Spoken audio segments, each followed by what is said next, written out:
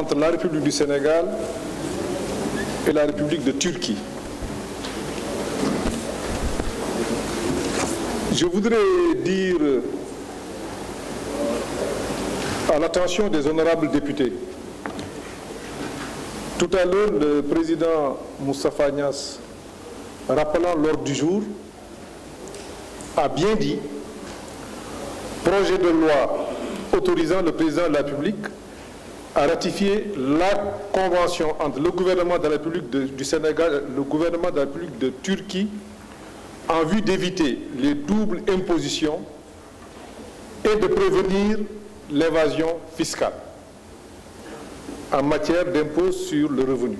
Donc cela, deuxième terme, est extrêmement important.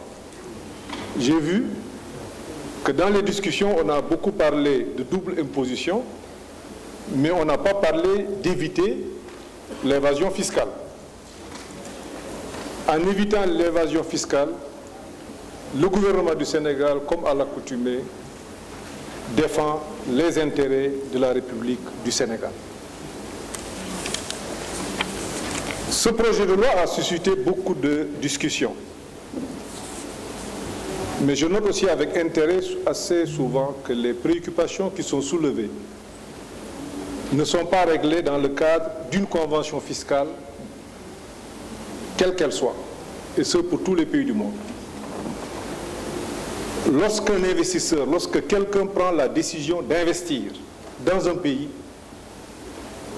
ou pour être plus précis, au Sénégal, la première référence pour ce qui concerne le code, pour ce qui concerne les aspects de fiscalité, c'est le Code général des impôts. La décision d'investissement, c'est aussi le Code des investissements, qui fixe le cadre dans lequel on intervient dans le pays. Et c'est dans ces deux codes particulièrement que l'on règle les questions liées aux exonérations ou d'autres avantages que l'on donne aux investisseurs, quelle que soit leur nationalité. Il est possible que pour des secteurs particuliers, compte tenu de leur importance et de leur nature, que ces secteurs soient régis par des dispositions particulières. C'est le cas du pétrole aujourd'hui, c'est le cas des mines, c'est le cas de l'environnement. Il faut noter que le président Macky Sall a été un grand visionnaire. En 2013 déjà, c'est lui qui a soumis à l'Assemblée nationale la décision de rapatrier l'ensemble des dispositions fiscales qui étaient contenues dans au moins 20 lois dans le Code général des impôts pour que l'on ait une seule lisibilité, pour que les dispositions qui régissent l'investissement au Sénégal soient des dispositions très claires, très transparentes. S'agissant de la convention qui lie le Sénégal à la Turquie, on l'a rappelé tout à l'heure, le Sénégal a une carte diplomatique qui s'élargit. Le Sénégal est un État souverain. Le Sénégal est un État stable. Le Sénégal est un État démocratique. Le Sénégal est un État qui a mis la transparence au cœur de ses préoccupations. Aujourd'hui, le Sénégal doit renforcer ses capacités à attirer des investissements. Le président Aymérou Gningue l'a rappelé tout à l'heure, il s'agit d'une insuffisance que nous avons. Mais l'adoption de ce texte fera que le Sénégal aura aujourd'hui un réseau conventionnel de près d'une vingtaine de conventions. Nous avons encore d'autres conventions que nous vous soumettrons peut-être très prochainement, qui sont dans le boyau. Le Sénégal a la même convention avec le Maroc, avec l'Afrique du Sud, avec la France, avec la Belgique, avec le Canada, avec l'Arabie Saoudite, j'en passe. Mais c'est près de 20 conventions qui sont déjà ratifiées et qui sont actuellement mises en œuvre au Sénégal. Et la convention qui vous a été soumise aujourd'hui ne s'éloigne pas du point de vue du principe. Et c'est là où je vais répondre à l'honorable député Sall, aux autres conventions qui ont été signées avec les autres pays. Cette convention concerne les impôts sur le revenu. Cela veut dire en clair, lorsqu'on négocie une convention, et l'honorable député Seydou Diouf l'a rappelé tout à l'heure, il y a lieu d'arriver au même périmètre pour que l'on puisse dire la même chose dans la Convention. Cela me semble être important. C'est pour cela qu'on a listé les entreprises, les impôts de part et d'autre.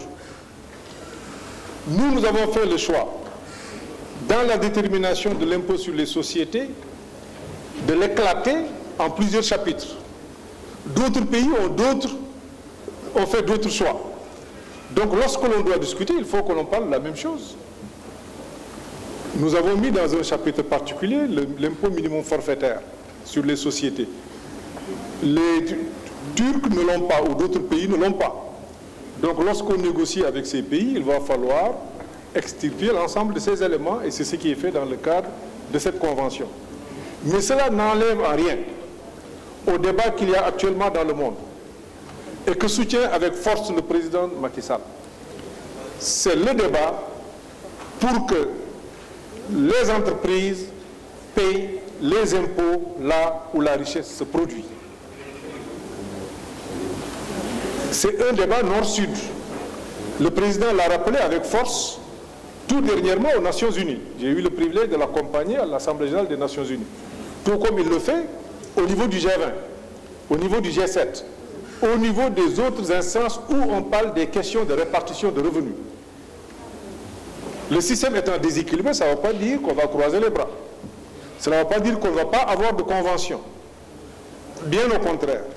Ce que l'on fait au Sénégal, sous l'autorité du président de la République, c'est de voir en toute situation de privilégier les intérêts du Sénégal et de tirer au maximum ce qui a été fait dans le cadre de cette convention et ce qui est fait dans le cadre des autres conventions.